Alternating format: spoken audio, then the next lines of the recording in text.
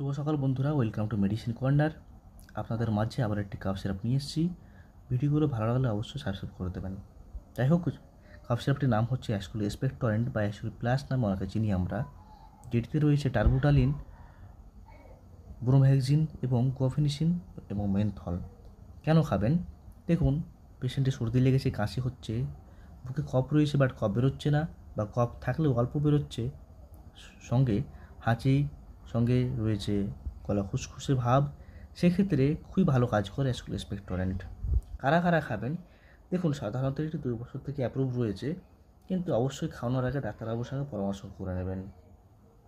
এবং যারা অ্যাডাল্ট রয়েছেন, যাদের বয়স মিনিমাম 45 থেকে 50 কেজি রয়েছে, তারা কিন্তু 10 ml অবধি খেতে পারেন দিনে 3 বার।